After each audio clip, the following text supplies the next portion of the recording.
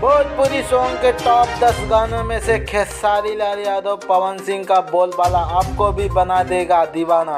भोजपुरी गाने का क्रेज लोगों के बीच काफ़ी ज़्यादा देखने को मिल रहा है। यूट्यूब ट्रेंडिंग लिस्ट में भी भोजपुरी स्टार के 2 गाने शामिल हैं।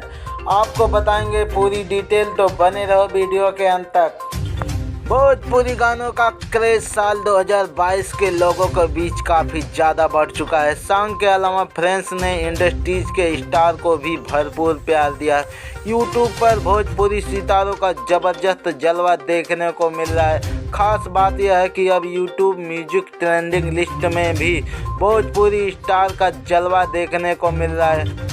आज बात विस्तार से करेंगे कि किस गाने का क्रेज लोगों के बीच काफ़ी ज़्यादा देखने को मिल रहा है। और खेसारी लाल यादव का लेटेस्ट गाना दढ़िया बढ़िया लागेला हाल ही में यूट्यूब पर रिलीज हुआ था।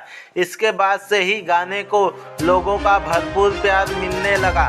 खेसारी लाल का नाम भोजपुरी सिनेमा में सबसे ज़्यादा सुपरहिट गाने देने का रिकॉर्ड भी है। यूट्यूब म्यूजिक ट्रेंडिंग लिस्ट में भी खेसारी का यह गाना चौथे नंबर पर ट्रेंड कर रहा है। सोशल मीडिया पर गाने का वीडियो अब तक वायरल हो रही है। इसमें खेसारी लाल के साथ यामिनी सिंह का भी कमाल का लव केमिस्ट्री देखने को मिल रही है।